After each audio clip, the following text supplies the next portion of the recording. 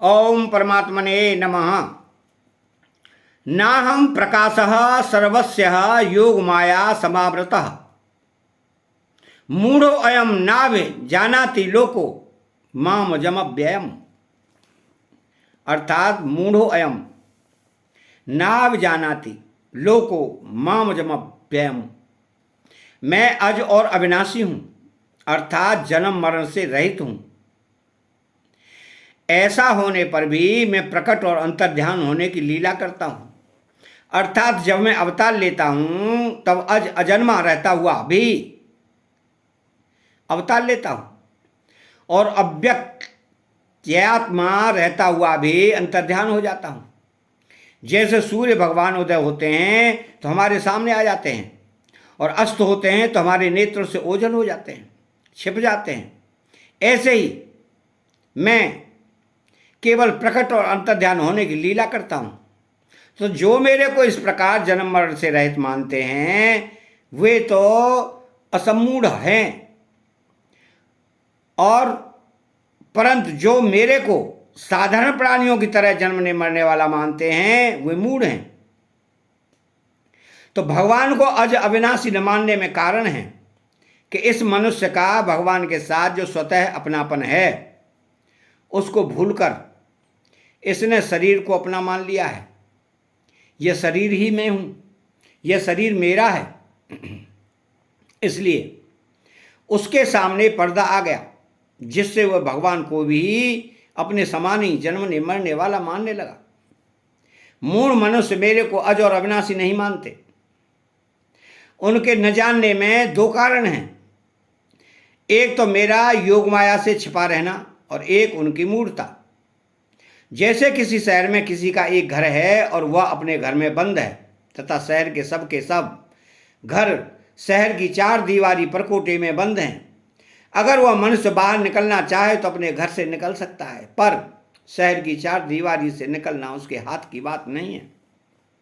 हाँ, यदि उस शहर का राजा चाहे तो वह चार दीवारी का दरवाजा भी खोल सकता है और उसके घर का दरवाजा भी खोल सकता है, मगर वह मनुष्य अपने घर का दरवाजा नहीं खोल सकता। तो राजा उस दरवाजे को तोड़ भी सकता है। ऐसे ही यह प्राणी अपनी मूढ़ता को दूर करके अपने नित्य स्वरूप को जान सकता है, परंतु सर्वदा भगवत तत्व का बोध तो भगवान की कृपा से ही हो सकता है। भगवान जिसको जनाना चाहे वही उसको जान सकता है। सोए जाने जे देह हो जनाई। अगर मनुष्य सर्वदा भगवान के शरण हो जाए तो भगवान उसके अज्ञान को भी दूर कर देते हैं और अपनी माया को भी दूर कर देते हैं। ना हम प्रकाश सर्वस्य योग माया समावृतः। उन सबके सामने अर्थात उस मूढ़ समुदाय के सामने मैं भगवत रूप से प्रकट नहीं होता, कारण कि वो मेरे को अज अविनाशी भगवत रूप से जानना अथवा मानना ही नहीं चाहते। प्रत्युत मेरे को साधारण मनुष्य मानकर मेरी अवहेलना करते हैं। अतः उनके सामने मैं अपने भगवत स्वरूप से कैसे प्रकट हूँ। तात्पर्य है कि जो मेरे को अज अविनाशी नहीं मानते, प्रत्युत मेरे को जन्मने मरने वाला मानते हैं, उनके सामने मैं अपनी योग माया में छिपा रहता हूँ और सामान्य मनुष्य जैसा ही रहता हूँ। परंतु जो मेरे को अज अविनाशी और संपूर्ण प्राणियों का ईश्वर मानते हैं, मेरे में श्रद्धा विश्वास रखते हैं, उनके भावों के अनुसार मैं उनके सामने प्रकट रहता हूँ। तो भगवान की योग माया विचित्र विलक्षण अलौकिक है। मनुष्यों का भगवान के प्रति जैसा भाव होता है उसके अनुसार ही वो योग माया समावृत भगवान को देखते हैं।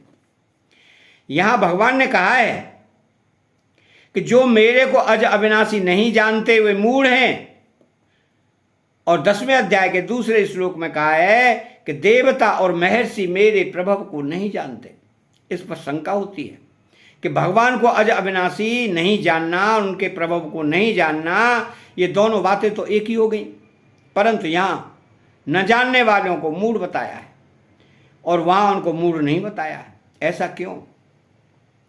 इसका समाधान है कि भगवान के प्रभव को अर्थात प्रकट होने को न जानना दोषी नहीं है, क्योंकि वहां भगवान ने स्वयं कहा है कि मैं सब तरह से देवताओं और महर्षियों का आदि हूं। तो जैसे बालक अपने पिता के जन्म को कैसे देख सकता है, क्योंकि वह उस समय पैदा ही नहीं हुआ था, वह तो पिता से पैदा हुआ है, अतः उसका पिता के जन्म को न जानना दोषी नहीं है। ऐसे ही भगवान के प्रकट होने के हेतुओं को पूरा न जानना देवताओं और महर्षियों के लिए कोई दोषी नहीं है। भगवान के प्रकट होने को कोई सर्वदा जान ही नहीं सकता, इसलिए वहाँ देवता और महर्षियों को मूढ़ नहीं बताया है। मनुष्य भगवान को अज अविनाशी जान सकते हैं, अर्थात मान सकते हैं, मगर वे भगवान को अजब अविनाशी नहीं मानते, तो यह उनका दोष है, इसलिए उनको यहाँ मूढ़ कहा है। इसके गूढ़ भाव में जो बुद्धिहीन मनुष्य भगवान को नहीं मानते, भगवान अवतार काल में सबके सामने प्रकट होते हुए भी उनके सामने प्रकट नहीं होते, तो ये यथा माम प्रपद्यन्ते तान तथैव भजाम्यहम्, वास्तव में भगवान अप्रकट रहना चाहते नहीं, पर जो उनको नहीं मानते उनके सामने वे कैसे प्रकट हों। अवतार काल में भगवान लौकिक रूप में दिखने पर भी वास्तव में सदा अलौकिक ही रहते हैं, परंतु राग द्वेष के कारण अज्ञानी मनुष्यों को भगवान लौकिक दिखते हैं, अर्थात भगवान रूप से न दिखकर मनुष्य रूप से ही दिखते हैं। अतः चैनल को सब्सक्राइब करें, बेल आइकन घंटी को दबाएं, कमेंट बॉक्स में जय श्री कृष्णा लिखें। बोल जय श्री कृष्णा।